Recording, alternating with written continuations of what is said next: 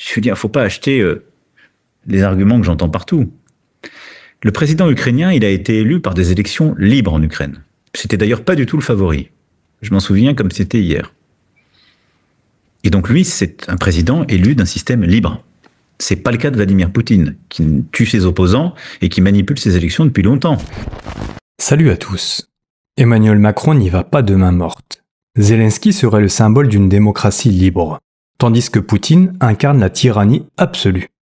Une vision binaire, tranchée, sans nuance. Mais un chef d'État peut-il donner des leçons de démocratie en oubliant certains faits gênants?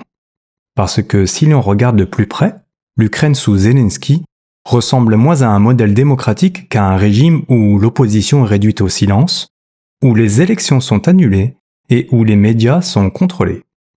Étrange paradoxe quand on sait que, chez nous aussi, certaines voix dérangeantes ont été réduites au silence.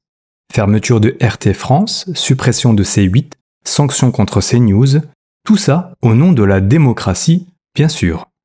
C'est en tout cas ce que Tulsi Gabbard dénonce. Ancienne élue du Congrès et figure du renseignement américain, elle démontre cette vision édulcorée et pose la vraie question. L'Ukraine défend-elle vraiment la liberté ou un tout autre agenda? Écoutez sa réponse. Dites-nous ce que vous en pensez en commentaire, likez, partagez et abonnez-vous pour ne rien manquer des prochaines vidéos. Nous parlons de nombreux pays européens et de Zelensky lui-même, qui prétendent se battre pour la cause de la liberté et de la démocratie. Alors que si nous regardons ce qui se passe en réalité dans ces pays, ainsi qu'avec le gouvernement de Zelensky en Ukraine, c'est exactement le contraire. Vous avez l'annulation des élections en Ukraine. Vous avez des partis politiques réduits au silence ou même criminalisés ou emprisonnés. Vous avez la liberté de religion. Des églises fermées. Vous avez l'opposition politique réduite au silence. Vous avez un contrôle total du gouvernement sur les médias. Nous pourrions dresser une longue liste de problèmes qui vont à l'encontre des valeurs de la démocratie et de la liberté. Donc cela soulève vraiment la question, comme l'a dit le vice-président Vance à Munich, il est clair qu'il s'oppose à Poutine. C'est évident. Mais pourquoi se battent-ils réellement? Et sont-ils alignés avec les valeurs qu'ils prétendent partager avec nous? Les valeurs pour lesquelles le président Trump et le vice-président Vance se battent? Et ce sont les valeurs de la liberté, de la paix et de la vraie sécurité.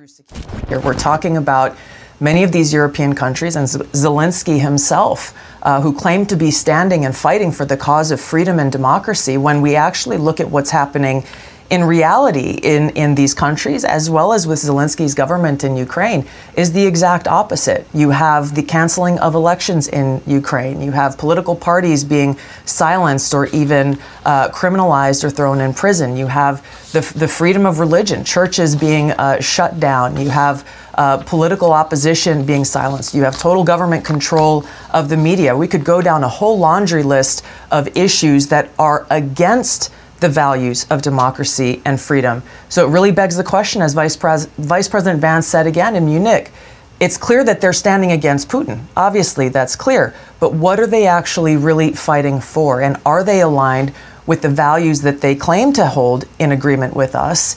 The values that President Trump and Vice President Vance are standing for, and those are the values of freedom, of peace, and true security.